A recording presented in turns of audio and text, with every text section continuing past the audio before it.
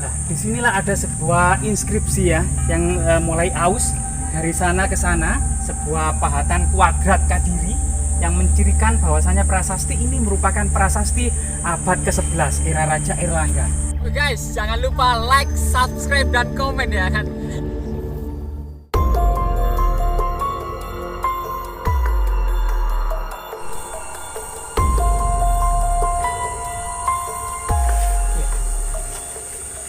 Kita sekarang kita berada di sebuah tinggalan yang sangat monumental ya.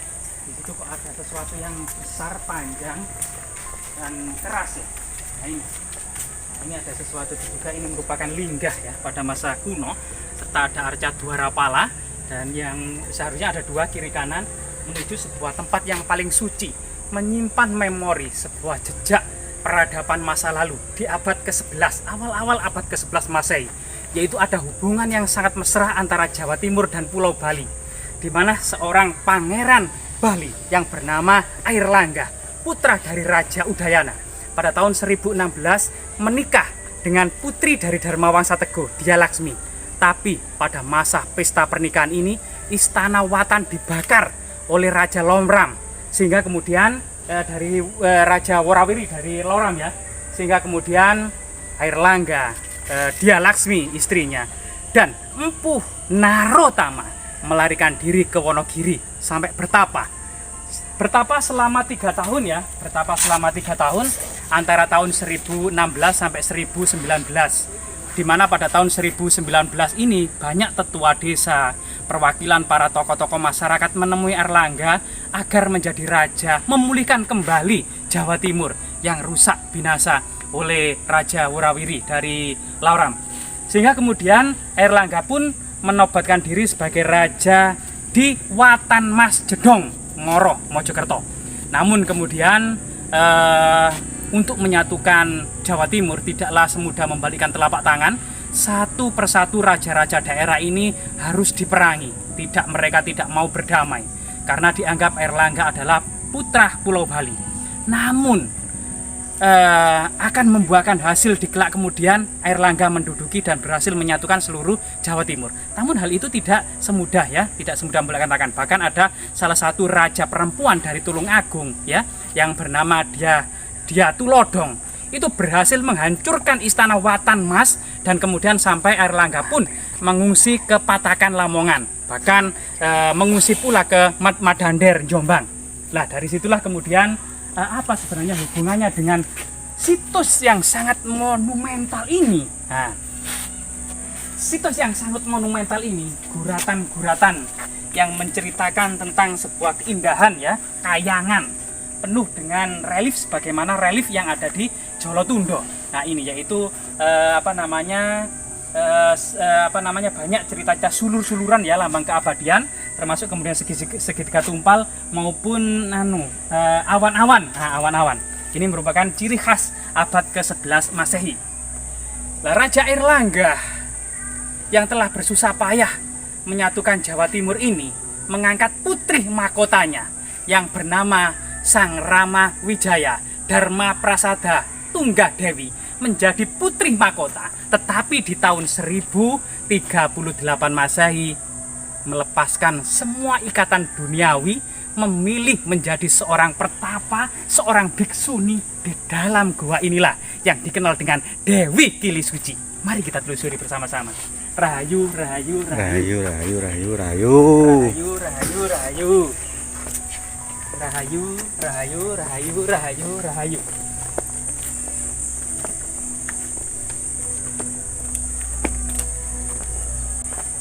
Nah, disinilah ada sebuah inskripsi ya yang mulai aus dari sana ke sana, sebuah pahatan kuadrat Kadiri yang mencirikan bahwasanya prasasti ini merupakan prasasti abad ke-11 era Raja Airlangga. Ada beberapa ceruk yang diduga untuk meletakkan arca ya, arca. Airlangga sendiri juga di akhir pensiunnya sekitar tahun yang sama gitu ya, juga kemudian meninggalkan tahta, beralih kepada menjadi pertapa yang dinamakan dengan Resih Jatayu Sang Paduka Empuku Pinaka Catraning Buana. Ini merupakan nama penobatan Airlangga ketika menjadi resi ya. Jadi Resi Jatayu atau Resi Gentayu. Resi Gentayu Sang Pinaka Catraning Buana. Nah, ini salah satu nama penobatan dari Raja Airlangga. Dalamnya ternyata seperti surga. Coba kita lihat ya. Rahayu, rahayu, rahayu, rahayu. Rahayu, rahayu, rahayu, rahayu. Lah, disinilah. Nah, biasanya di atas ini adalah berelief kala ya. Ada beberapa gigi kala raksasa, beberapa medalion berciri abad ke-11, serta di sini ada kala. Nah, ini ada kepala kala yang luar biasa sekali. Nah, ini di sini ada ruangan-ruangan yang berelief cukup indah, medalion-medalion. Dan disinilah kemudian diduga Dewi Kili Suci itu melakukan pertapaannya, yang merupakan nama aslinya adalah. Nah, di sini memang luar biasa sekali. Bahkan ada sosok pertapa yang di sini.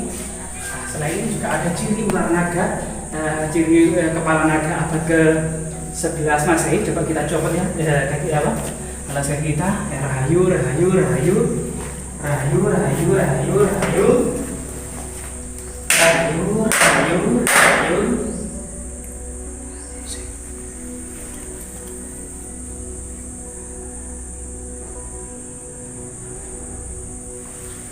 Banyak ruangan-ruangan dan ternyata reliefnya itu sangat-sangat indah.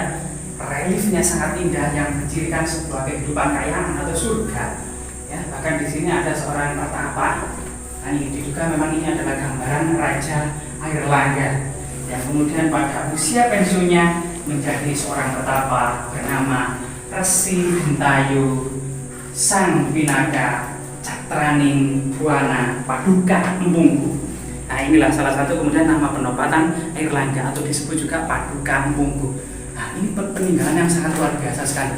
Langit-langitnya juga berelief yang sangat-sangat indah dan sangat-sangat mengagumkan dan sangat menawan ya.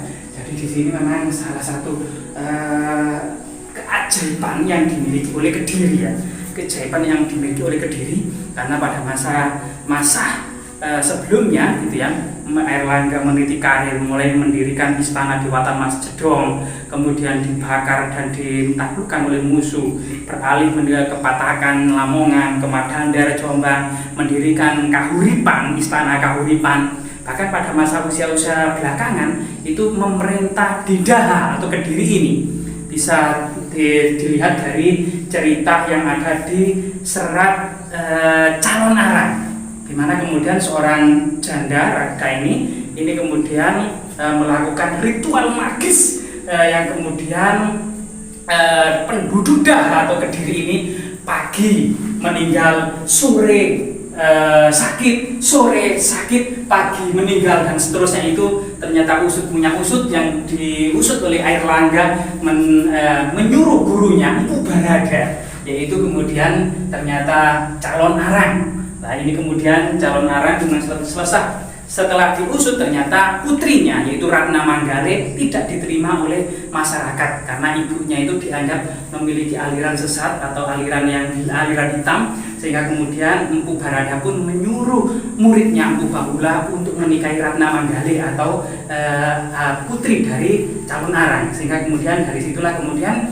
didapati semua kelemahan Calon Arang dan menyesali semua perbuatannya. Kemudian Empu Barada menyelesaikan persoalan ini, sehingga kemudian salah satu keunikan ya, bahkan salah satu keunikan yang lain, Airlangga ini adalah penganut Wisnu. Jika di arca-arcanya adalah sosok dewa yang berduduk di atas burung Garuda. Ini merupakan arca Wisnu, penobatan dari Raja Airlangga. Sedangkan Empu Barada sendiri yang asramanya ada di Lemah Citra ya, sekarang di Bejijong Trawulan, itu ternyata penganut aliran Buddha, sehingga inilah salah satu keistimewaan pada masa kuno. Muridnya beraliran Hindu Wisnu, tapi gurunya beraliran Buddha, dan sebaliknya seperti itu terus. Bahkan kemudian di sini memang putrinya sendiri diduga memang juga beraliran Wisnu ya, Wisnu dan Siwa juga. Semoga tetap lestari hal seperti ini sebagai monumen budaya yang tidak